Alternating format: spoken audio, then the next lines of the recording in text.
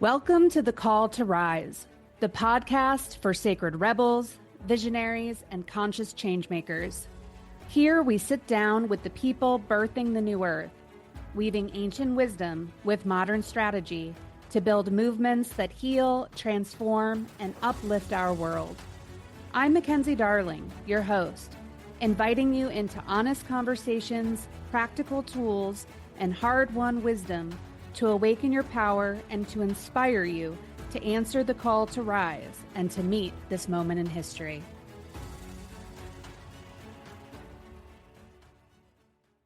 Today we have Bruce Cryer in the house. He is an author, executive, and former Broadway performer known for his work in stress management, resilience, and personal development.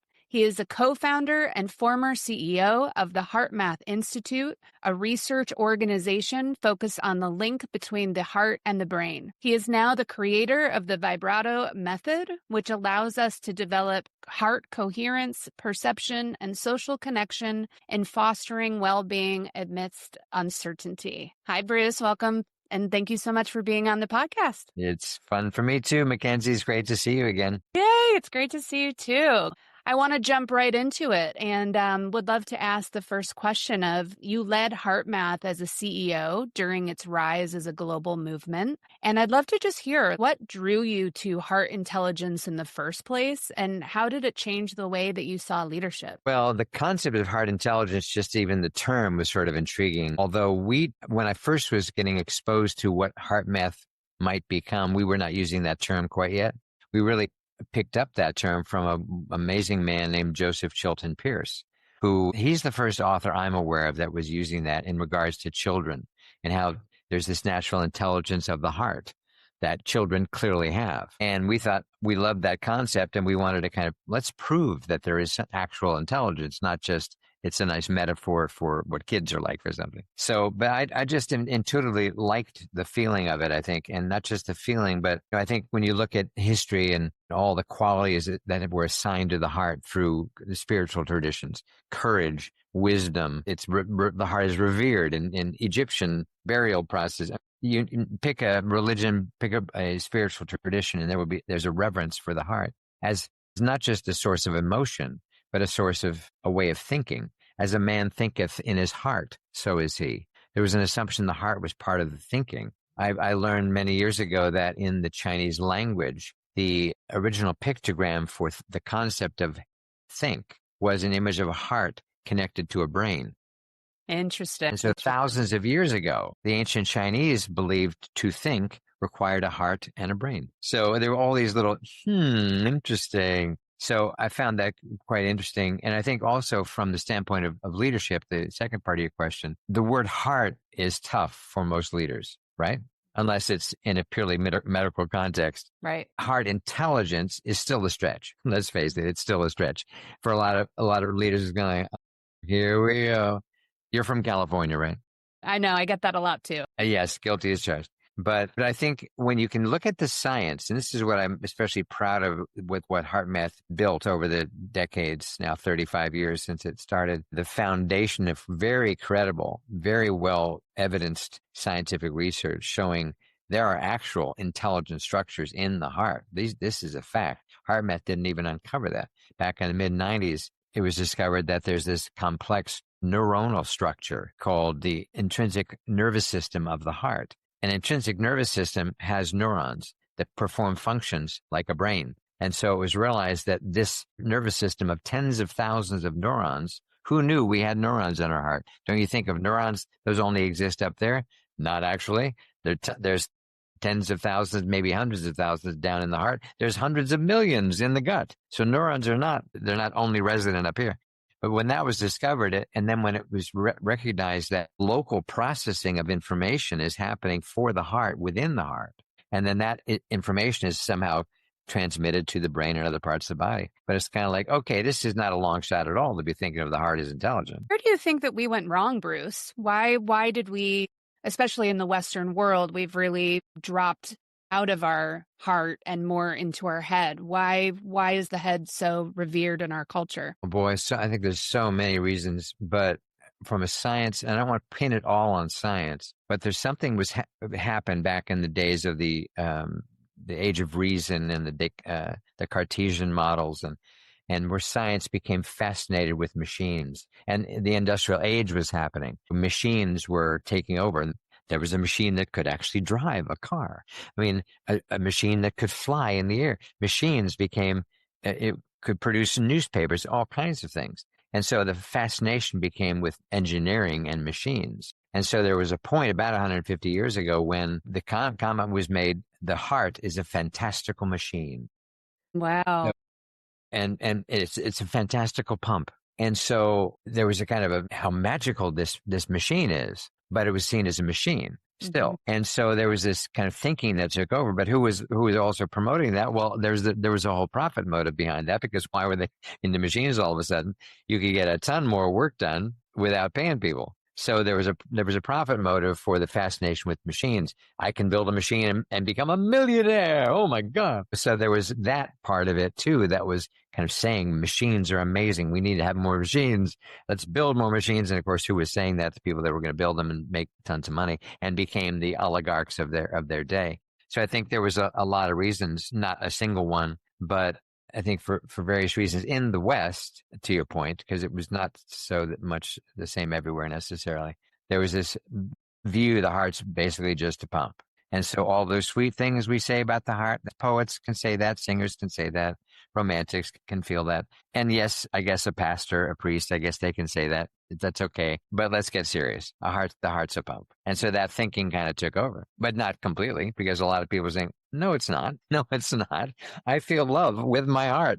I don't feel it up there. I'm sorry. You can tell me all the parts of my brain where supposedly all the neurochemicals are happening. I don't feel it there. I feel it here. Sorry.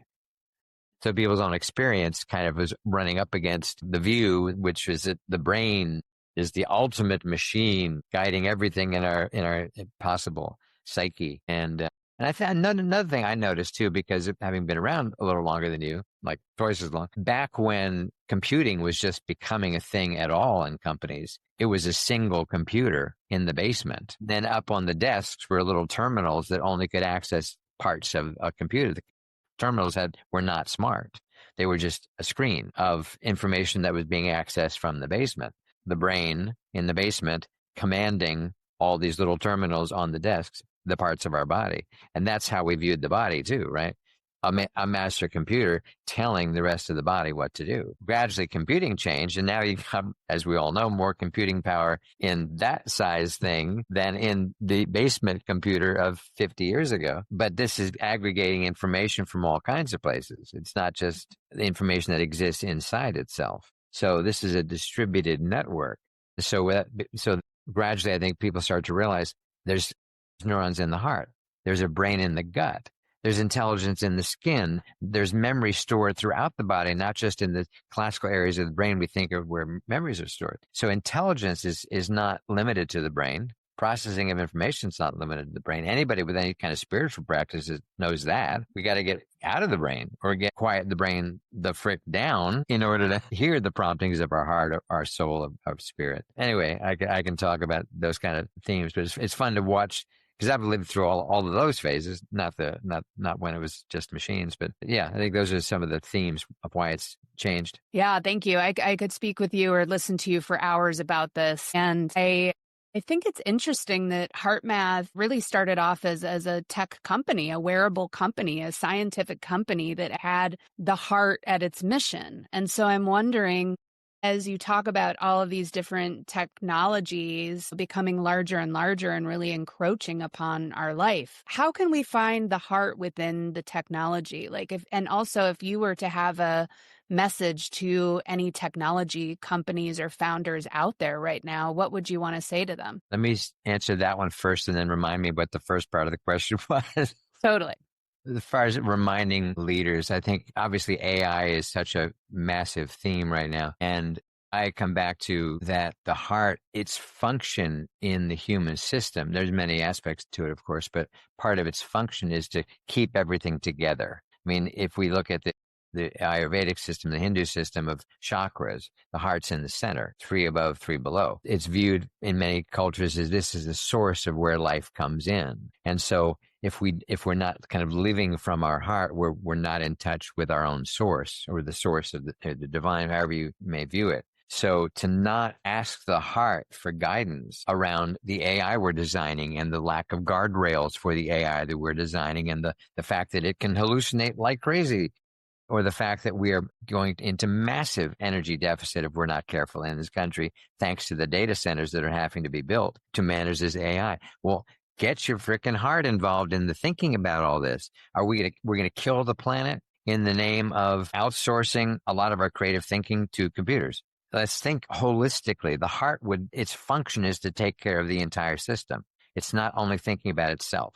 It's not only thinking, how can I come out? No, its whole purpose is to feed and nurture the entire body. And that's obviously on the circulatory level, and the rhythmic level, and the magnetic level, and electrical level. But emotionally, spiritually, if we're not in touch with the values of our heart, we are not nourished. What COVID showed us, among many things, was the lack of social connection was the hardest part. The sense of isolation, the sense of hopelessness, and the lack of, that's our heart. Our heart was feeling, what happened? I can't see her anymore. 3 years I didn't see my daughter. I'd never gone more than 4 months without seeing her. 3 years, thanks to COVID. I'm not blaming COVID. It was the life conditions. We made the choice, but my point is the heart. So I think leaders of any kind of tech company, not just picking on AI, if we're not considering the human factors, the human feelings, the impact. You mentioned wearables, and wearables are awesome if you know how to manage your own reaction to the data that you're seeing every morning. So the wearables that we're working on now, not HeartMath directly, but are educating people about what to do with the information from the standpoint of their heart. How do I, in a balanced,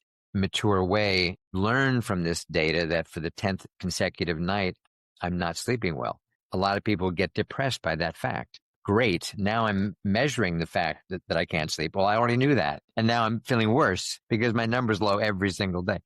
So these are real human issues that affect how we think, how we decide. So if we're not keeping that in mind with any kind of tech we're creating, what good is it? And I think that oftentimes it's as simple as asking ourselves, what extra care could we be putting into this thing that we're designing? For example, I think about how in the world of upgrades, of updates of software, I don't remember ever getting informed, hey, here's a quick little readout of the main highlights of what's changed in the app that we changed for you while you were asleep. You didn't choose to upgrade. It's now different. Here's a quick little list. That would be caring. Nobody thinks to do that. So every user, every app in the world wakes up to a new version. Well, what did they do here? How come this is different? How come, what's going on? And to find out what's going on, there's no simple way to do that. That bit of care, technology companies that would figure out, that does still matter to people. When a company ever shows that level of care, that extra attention to detail, and says, you might get confused by this. Here's a quick little rundown of here's what's going on. I'm not saying nobody does that, but a lot of people right now are nodding in agreement to what I'm saying. It's like the annoyance of, why don't they just do, it could be 30 seconds. Here's a quick, because normally a lot of times you don't know it's been updated. It's just updating in the background. And maybe it's not a big deal. But my point is to be thinking about, where can we put extra care for the consumer, and not just be like, let them figure it out on their own. We didn't have to. I love that you're bringing this up, because I actually just wrote an article on this around the Cracker Barrel explosion when they changed their logo. And it turned out that they didn't really warn their customers or tell the story of why this change was happening. And it was a huge cultural explosion because people felt left in the dark. They felt like they didn't matter and that progress was erasing them. And so I think pointing to this care, both in the progress that we're making and also the hand-holding of getting more buy-in. And I think that's one thing that I'm really passionate about, is the difference between a business and a movement. Is a business has consumers and is bottom line profit, where a movement is you are co-creating with your community. And if tech or any other organization really had that at the center of what they were building, then I think there would be a lot more care and a lot more trust within consumers who are actually part of their community. Exactly. And I think when you think of tech that created movements in a sense, I mean, of course, Apple, how can you not think about a lot of their marketing? They were trying to be like, we are different. We're the good guys. Their famous 1984 ad. I mean, there were a lot of things in how they marketed, but also I will always be grateful to Apple about the incredible care they put into every thing about every product. That was Steve Jobs. But they haven't stopped. And then that extends to the stores. I mean, the Apple stores are unique experiences. I don't know any stores in the world that are consistently anywhere in the world you go to an Apple store. They're young and they're bright and they're really helpful. And they usually go beyond what you expected. Like, wow, thank you. Awesome. I mean, not every single one, but my point is, I think for a lot of people, you felt like even now when they're a $1 trillion plus valuation and they're not very innovative anymore, actually. Haven't been innovative in a long time, but there's still a lot of loyalty because they at least care in places that count, where you feel as a customer befuddled by something and you come in and they help you do stuff that maybe you'd even ask. I've had that experience so many times. So I feel like I'll always be proud of Apple, even though there's tons of things they do that I'm actually not proud of, but they've cared in a supreme level. Absolutely. And so I think that's part of whether it's building a movement where profit isn't the motive, not money profit, but to build a movement, you need energy profit. You got to be getting back more than you're putting out, right? I hadn't thought of that distinction before, actually, till I just said that. But I think that's a good way to think of it, because obviously in business, yes, there's a financial profit you're looking for. And the smart ones, like the Apples of the world and many others, figure out to really get the profit, you got to be caring at every one of those points, because I wouldn't even think of not having an iPhone. I would never even vaguely consider, partly because my iPhone and my Mac, I wouldn't consider having another computer because I had them for 20 years, didn't like them. These are pretty well connected, not perfect, but pretty well connected. So I'm hooked in. Why would I leave? Yeah, and the quality is good enough and often excellent. They're very smart. So yes, it's in the name of profit, but they're doing all these things to make people feel connected to that.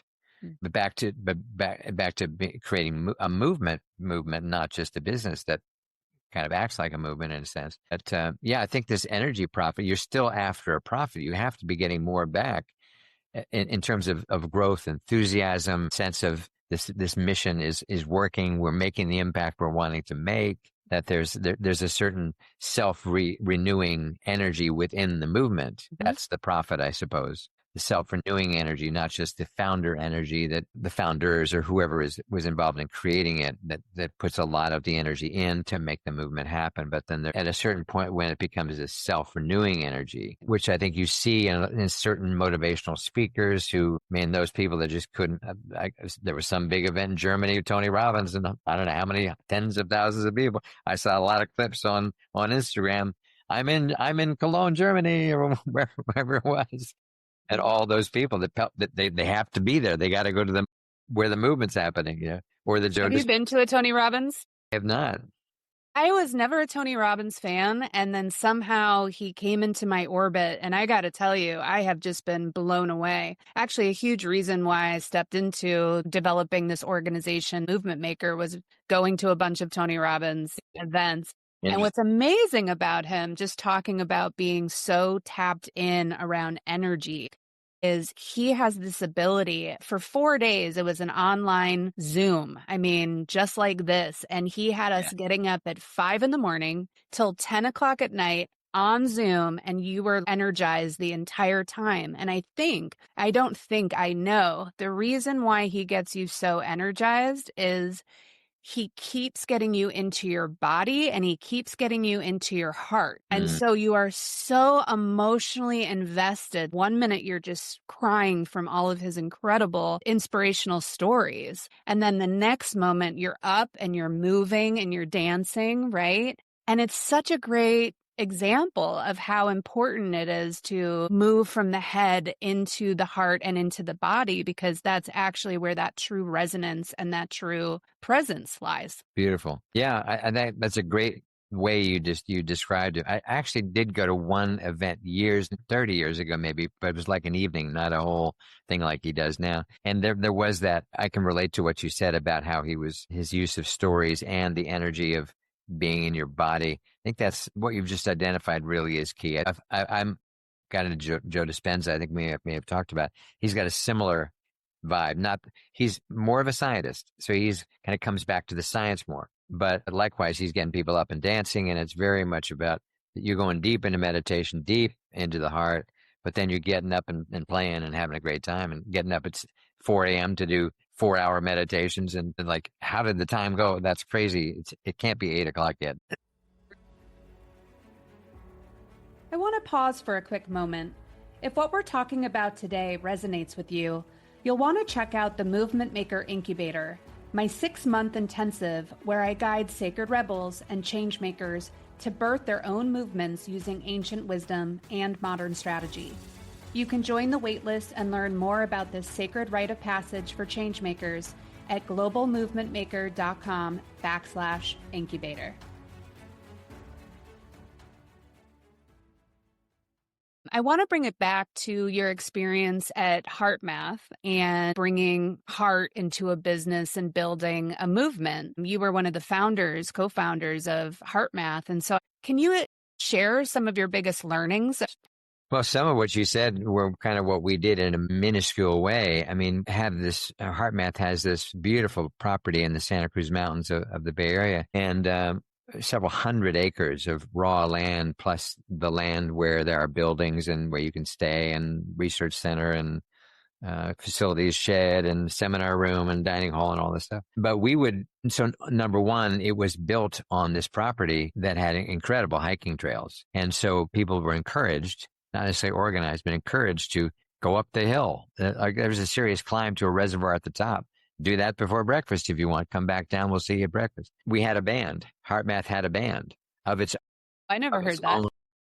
We were first forming. There was a couple groups that kind of came together as the core team. And we discovered that 6 of us all had professional careers either on Broadway or in rock bands. Wow, that's incredible. And so 2 of us had been on Broadway. A couple were like drummers and lead guitar and seriously good bands. And we thought, okay, that's too random. We obviously need to have a band. HeartMath needs to have a band. We were like, damn. And some of the guys still had all the equipment, like lights and fog machine and all this kind of stuff. So we had a whole band set up in the kind of dining room of HeartMath, and people would walk in there and it'd be all dark and kind of black in the back. They couldn't quite tell what was there. But then in the daytime, is there a band? Then maybe Saturday night, of the weekend, the band would play and we'd do 1 or sometimes 2 sets. It was all cover song. We didn't have time. We were all building it. We didn't have time to create music. We were doing covers because in the band were people that had been playing in bands for years and had a whole repertoire of songs they knew, and then we would learn them. And it was quite an eclectic bunch of things, from Marvin Gaye, Smokey Robinson, The Grateful Dead, Linda Ronstadt. I mean, just all kinds of stuff that were, oh, this song, let's get up and dance, honey. But then the audience was like totally delighted by this, because they would be, wait a minute, who's that lead singer? She's cute. She's the head of PR. Who's the lead guitarist? He's the sous chef. What? The keyboard player, head of the government division. Wow. Drummer, executive VP of strategy, and the guy playing bongos and conga, he's the CEO. That was me. Like, what? Do you like have auditions to get to work at HeartMath? We'd say, well, kind of. You have to at least be able to sway in rhythm with the band. You don't have to be up on stage. You have to at least know how to do the tambourine, right? Exactly. So that was a very fun part of the experience for people, because here we were, the staff, having fun, having a good time, blending heart with work. We were kind of at work in a sense, but it was all super fun that we got to do this. And the audience who were attending the weekend program were like, this is so fun. And after a while, the band became part of the attraction to even come to HeartMath. It's like, is the band going to play tonight? Amazing. We said, well, maybe not tonight, but tomorrow night, Sunday night, I'm going to play again on Sunday night. Well, we'll see. We can keep it open. It was a fun. There was delight, surprise going on. So that was a lot of an original mystique of HeartMath. You came to this property way up in the hills, magical place. You'd get out of the car and say, whoa, I feel relaxed already. because it was quite tucked away. I mean, it was quite remote. And so the natural beauty, the redwood trees, the meadow, and you could get up high enough, you could literally see 50 miles across the Monterey Bay down to Big Sur if it was a clear enough day. So, like, wow. And you're literally not even an hour from Silicon Valley, downtown Silicon Valley. So it didn't take you hours and hours and hours to get there. So there was a mystique that we kind of created by the natural beauty of the property, how we built the property so you could just go off and hike on your own if you wanted. And then there were all this little care that we were doing the catering. We had our own in-house catering. So the people making the food were part of the team. So people would come to these programs and feel like they were kind of bathed in love. The entertainers worked at HeartMath. The cooks worked at HeartMath. The wait people worked at they were all part of the team. And so and you can tell it's fun for me to even remember those days. It was the first decade of HeartMath when all that was going on. And, but it was a fun part of kind of building a sense of fun about HeartMath, because people would go away learning new concepts that were in some cases uncomfortable, and learning science that was challenging a lot of their beliefs. So this was not just a big party, like with Tony and Joe, and those guys are saying things that challenge our beliefs, our self-limitations and all that. Same was true with HeartMath.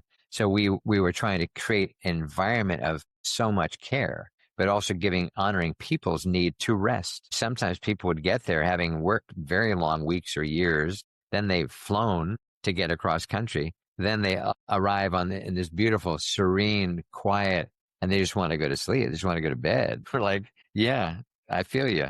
But if you need some extra rest, go for it. Go for it, honey. Go for it. We're here to help you learn how to take care of yourself more. There was this, and we were really, really serious in a fun way about being caring, because we realized, number one, we all wanted that. That's why we all were in HeartMath, was we all believed in the importance of care and the power of care. But we also realized, okay, we're a freaking nonprofit about it. This is our raison d'etre, is care and the heart. So everyone will look at us through that lens. Are these guys actually walking their talk, or is it just the latest California thing? Isn't that true?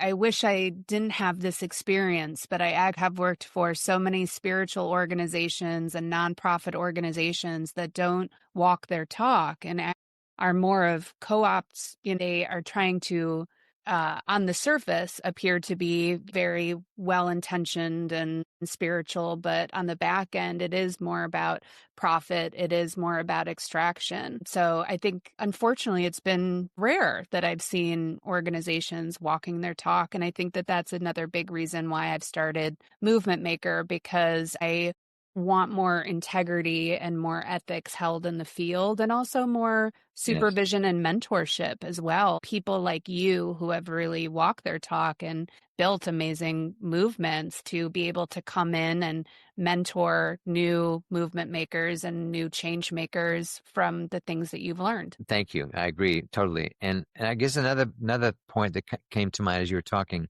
just then, Mackenzie, is because it kind of goes back to the earlier question you asked me about what would I say to leaders about the importance of the heart and intelligence. Yeah, please. I can't overstate this need for care. I feel like I keep noticing in how we even communicate with one another now, that because everything is done by text, and that's the default all the time now. And so many people refuse to have, I don't do calls. Like, people will literally say that I don't do calls, and I don't do anything synchronously. I've heard people say I only communicate asynchronously. Wow. Okay. And so we're used to fragmented communication. We're used to, maybe we're still wanting to communicate more fully, so sending a paragraph of a comment, and then the response we get back is yes. When in fact there were 3 or 4 different questions asked in the thing, and all because the attention span of a gnat brain that was just reading that text only saw the last question because they just scanned through. Right. So the lack of care and communication is getting really worrisome, because and I don't just mean about texting, but it's just like the lack of thinking through the impact. Like we talked about the apps, why are we not thinking of these things? Why are we not thinking of that extra bit of care? Because it seems like extra work, and we want to not have to do the work. That's why we love AI. But I appreciate saving time from work. However, if we're not replacing that with extra care, what's the value? Now we're reading hollow things. It's getting more and more obvious. I'll ask people sometimes, are you using AI to respond to me? And one person said, caught me. I thought, I don't need to be connected to that person. They're trying to sound smart in response to my message. It's coming off as AI. This one person forgot that in the thing she had copied and pasted included the message from the AI saying, I think he will really respond well to the points. Oh, no. And I said, and I realized I was kind of paying attention to other people and realizing there's a lot of people using AI as their text now. So they're not even taking the time to respond because they tell themselves, I don't have time. So I'll just let AI do the responding. So there's no actual connection going on. I think what you're pointing to is really important because there's two things here. One is the need to slow down.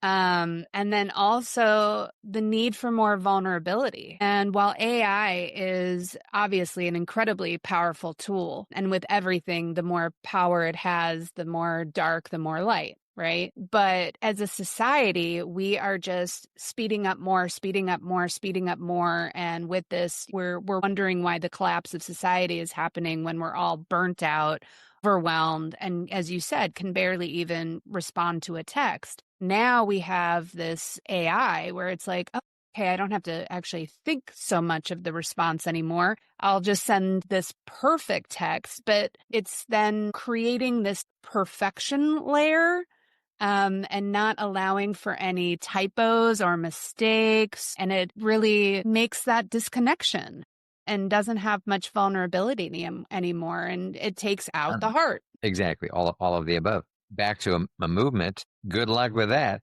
If all that's happening, it's not going to be a movement for long. Because I think I'm not the only one noticing that there's more and more people responding using AI. Of course, that's happening. I'm not the only one noticing that people are sending photos, and I'm thinking, like, you really think I can't tell that's an AI? Right. Really? You think we've all lost all discernment now and we don't see AI? I mean, maybe I'm a little more discerning than some people. I'm a photographer. I've been paying attention to imagery most of my life from being in show business and video and all this stuff. Sure, maybe I'm a little more tough about it than others, but no. We can tell. We can tell. So we're actually creating more disconnection by some of these choices, thinking it's in the name of, well, it's just saving me time. Isn't that awesome? But not at the expense of connection. No, I'm sorry. Right. No. So it's not going to work for a movement, I guess, is the real point either. I'm not saying you don't ever use AI. That's not at all my message. I'm using it on a regular basis. But you use it selectively. You don't use it to replace the human care. And you better be thinking, if I'm going to use AI, what's that extra energy for? It better be for care if you're a movement maker. Amen to that. Amen to that. Mic drop. Could not agree more. In terms of movement making, what other elements do you think make a movement? Well, as you said that, I was thinking back to my youth because this is 60s, so it was an era of a lot of movements. I mean, there was all the students against the war and various factions. SDS, even the name of SDS, but that was a more radical version. They were protesting against the Vietnam War, but it would tend to get a little more violent. It also very much feels like the 60s are happening right now, right? Yes. I mean, so I think a lot of it needs to be a compelling human value that you're supporting. I mean,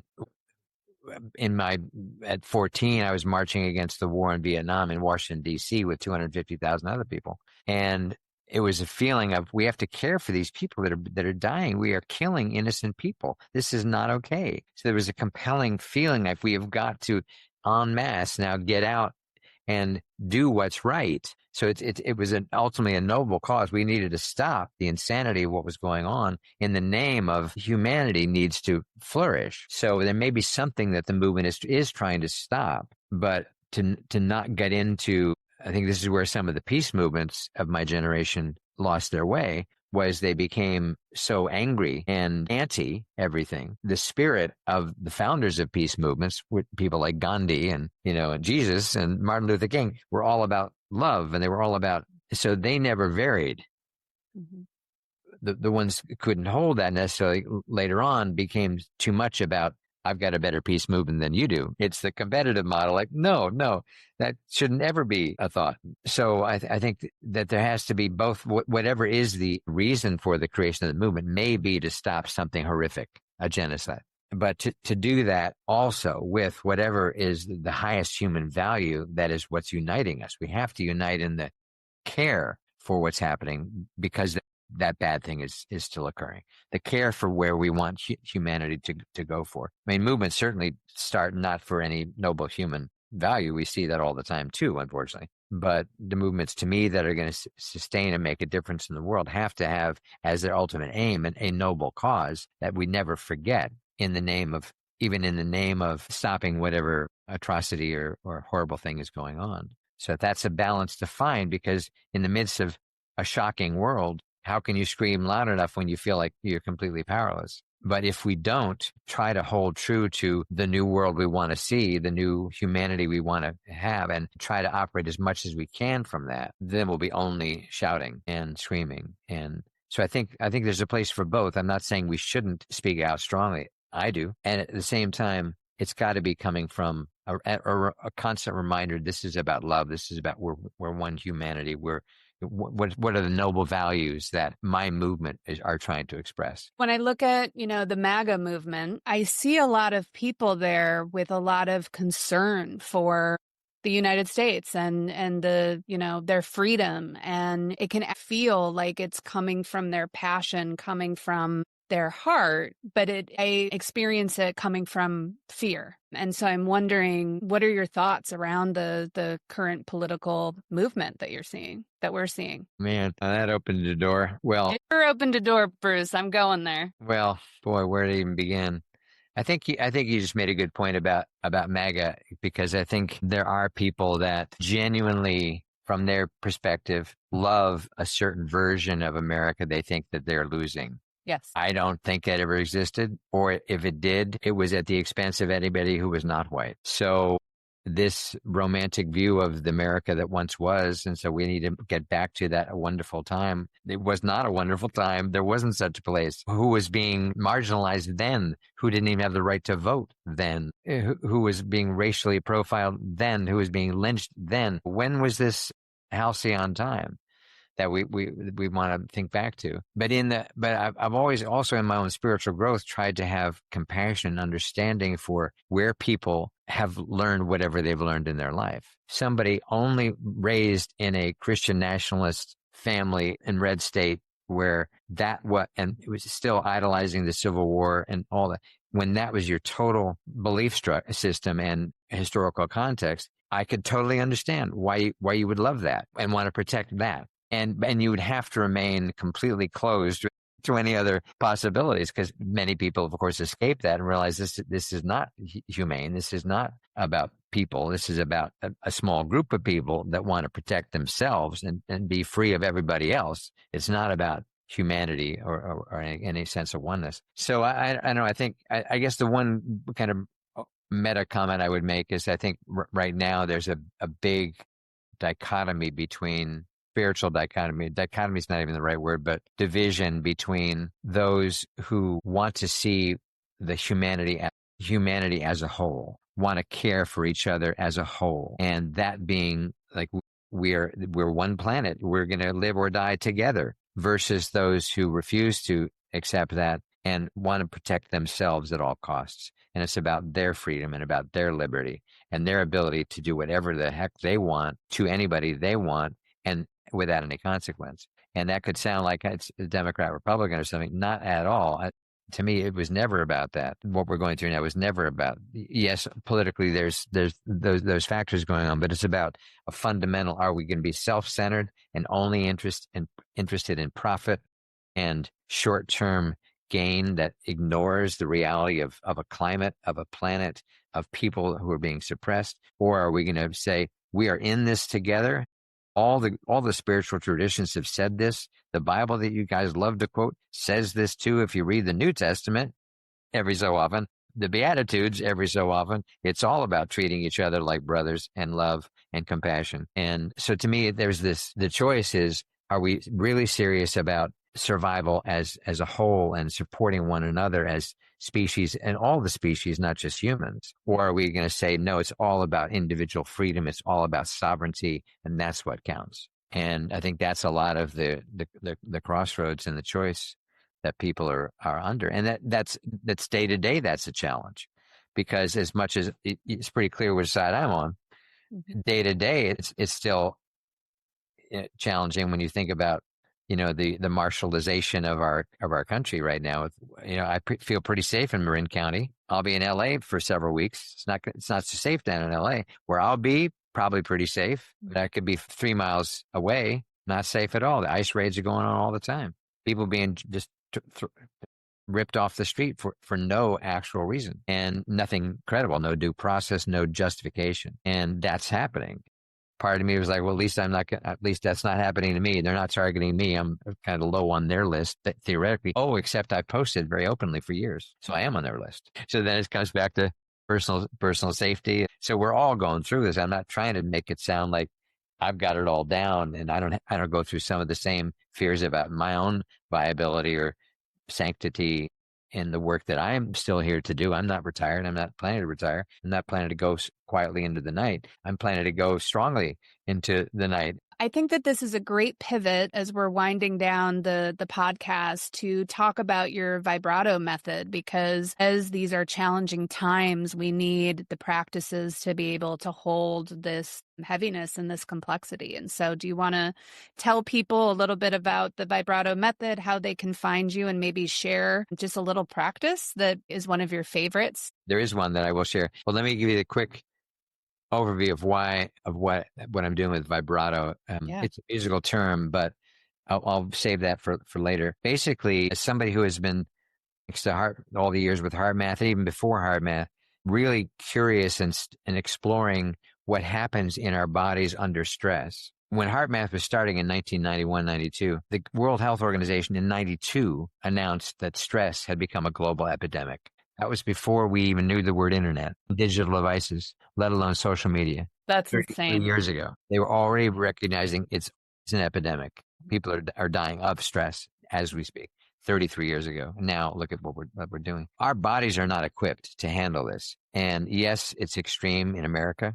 It's absolutely the most extreme in my lifetime because of the constant threats to our safety and sense of humanity. But I feel like even if you weren't in this country, wherever you are, you may be dealing with something similar in your own country, or you've got just the sheer enormity of life. You're aging. You've got health issues you didn't used to have. You got financial pressures suddenly you didn't anticipate thanks to tariffs or thanks to whatever. And so to me, the pressures on us as humans are greater than ever, let alone the actual energetic inputs on us, whether that's EMF, whether that's microwave, whether that's all the things in our environment that can be toxic to us. We're maxed out, a lot of us. Like, I can't handle anymore. I mean, I can't tell you how many of my friends, social seekers themselves for 30, 40, 50 years, kind of like, got to get off my phone completely. Friends of mine that have been off social media for years, I cannot do any of that stuff. Friends of mine will not listen to the news at all, try to stay completely devoid of it. I respect that. I can't do that. I have to stay aware. But I say to them, you can't remove yourself from the energetic reality of what's going on to humanity. The level of frustration and fear and anxiety is our fields. And that's not woo-woo to say that. That's verifiable scientific information. We create fields. The heart, the brain create fields. Those fields are filled with the emotional information of what we're going through. We're walking around spreading how we feel, whether we think we are or not. Whether we can tune into another person's exact field or not isn't the point. We're 8 billion of us going through it. And so to me, vibrato was born with that recognition that we're going through more than ever. And every day we need to be offloading. We need to be releasing. And I'm not the first one that said this, but I just had a kind of a clever way to do it. And I call it vibrato because vibrato in the musical context, it's a musical term, like a voice. A singing voice, that's a tone, that's vibrato. You hear that little wave going on. So vibrato literally means adding a wave to make a tone more rich, more beautiful. So I've had these feelings that as somebody who's very artistic and feel a lot, especially after I went through all the health stuff I went through. I feel more than ever. And a lot of the time I thank God for the fact that I can be so awed by the flower right now. I'm thankful to God. On the other hand, the downside is more intense in my life, meaning I can feel the suffering so deeply. It's like so painfully. So, oh, no. And so I know for me, I have to release more often because there's more things that will build up. So Vibrato, I got this insight on the beach one day when the Category 5 hurricane was not too far away. A month before the U.S. presidential election, I had kidney stones and a UTI. I was in agony in my body. I was worried about the election, and there was a Category 5 hurricane. Other than that, Bruce, it wasn't coming to me. I had evacuated. It was still rough and turbulent where I was. I walked out to the beach, and I got a message from the ocean right away. Generate waves, don't just feel waves. I thought, wow, I feel waves so much. I feel the wave of fear. And 5 million of us had evacuated from that hurricane. That's a reality. A field of fear is real. And that message carried me as I walked along the beach. And I thought, I've got to share. I've been into waves for so long now. HeartMath is all about the waves of the heart. I'm a dancer. I love the swimming in an ocean because of the waves. Somehow waves need to help us right now and not be taken under by waves all the time. Waves of fear, waves of angst, waves of shock, whatever it may be. So I created this thing. I named it Vibrato, meaning to add a wave to make it more beautiful, as a series of techniques to help us in these times. And the one I want to share with you now is called the wave of relief. The wave of relief. And it's based on the idea of a sigh of relief. And the sigh of relief, you can think of it as like you finish a tough task and you go, thank God I got that finished. Athletes do it right before they are about to do a race or about to hit the serve or about to do the gymnastic routine. They kind of release and then they go. And so there's this instinctual, and our body, it turns out, has a mechanism to kind of remind us to let go. And that mechanism ideally would happen about every 5 minutes. We don't notice it generally. We just keep on going. And then you look at your watch, I need to stop. Well, the mechanism of that's a sigh of relief. I learned about it thanks to COVID and thanks to cancer. That the ability to let go is incredibly healing. I'll skip the stories for now, but the 2 times in my life where the recognition of how much I was holding on, in one case in fear of COVID, in another case fear that I wasn't over the cancer, how much I was holding on needed to be released or I wouldn't heal. So that informed me as I was walking on the beach, dealing with the Category 5, the UTI, the kidney stone. And I'm thinking, okay, I know enough. I know a lot about all this stuff. Actually, I could probably call myself a master if I needed to, but I won't. But I'll get this course out. I'm going to call it Vibrato because it sounds kind of cool. And it sounds kind of like an X-Men character. I am Vibrato. I will harmonize you. I love that. Against your will. So Vibrato is a technique, but the wave of relief is based around this idea of the sigh of relief. But I've used imagery of the ocean. So let me explain it first, and then I'll walk us through. So the idea is when you breathe in, you're taking a deeper breath than normal. Imagine you were like standing on a beach. And the special feeling that I like to picture for people is that vacation that you were planning to take for months to the beach, the tropical place, and you've been anticipating, and finally you make the trip, and finally you get your bags out of the van, and you go into the room, you put them down, change the bathing suit, you walk out on the beach. We made it. That feeling, and you're feeling the air, you're feeling the warmth, you're hearing the waves, and so when you're breathing in that feeling, and then when you get to the top of the breath, you're just releasing. You're not pushing it out. You're not going, you're just letting go, which a sigh of relief is literally just, thank God our team won. Yep.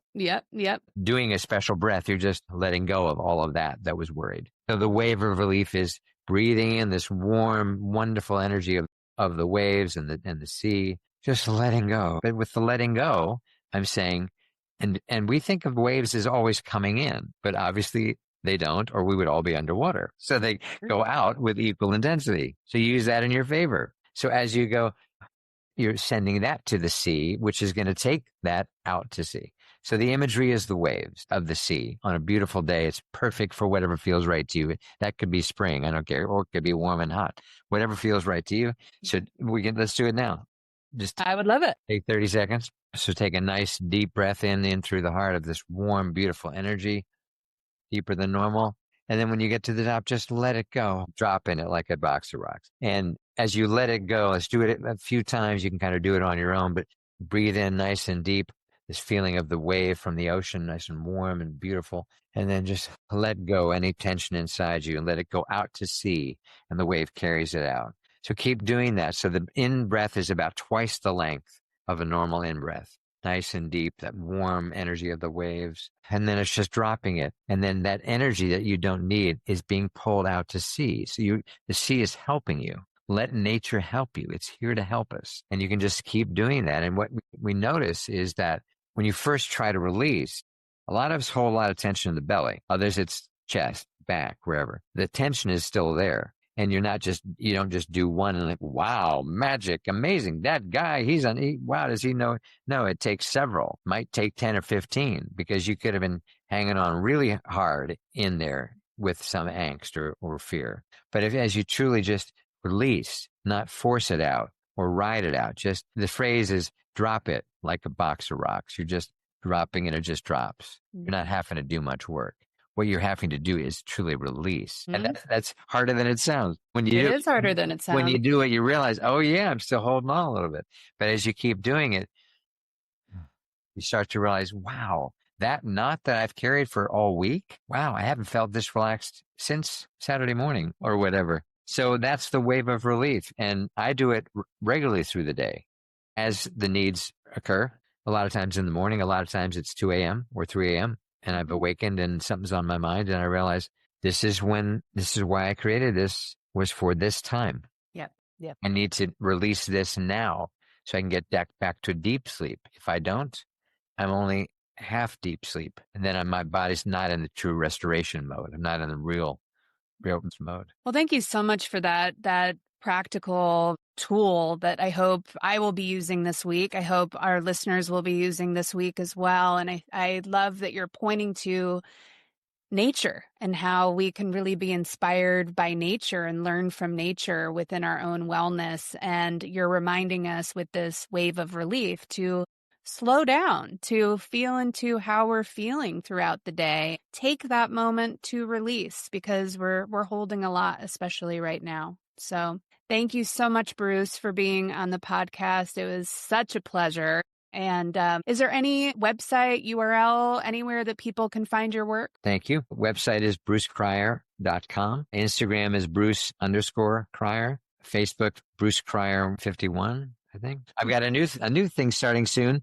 I'm a photographer, and brucecryer.art is coming soon. A gallery and online store of my nature photography. Very exciting. That's amazing. And also, can you please pitch your music as well? Bruce is an incredible... Thank you. Yeah. Well, on iTunes, Spotify, and other music platforms, I have an album of original songs called Renaissance Human. It's under my name, Bruce Cryer. Renaissance Human is the name of the album. What is the song that you sang the first time that we met? What's the name of that? Yeah, I'm Me. I have to tell you that I include that song within the Movement Maker Incubator. I just was so moved from it. So people that are a part of Movement Maker Incubator, this is the man behind the music, the legend behind the music. Amazing. How fun. How nice to know that. Thank you. Absolutely. Well, thank you again, Bruce, for being on. Really, really appreciate you sharing all of your years of wisdom and growing movements and your attunement to the heart and to the body. It's needed now more than ever. Thank you for listening to The Call to Rise. If today's conversation stirred something in you, subscribe and share it with a fellow movement maker. And join our community at globalmovementmaker.com. Till next time, keep leading with courage, keep weaving ancient wisdom with modern strategy, and always remember to answer the call.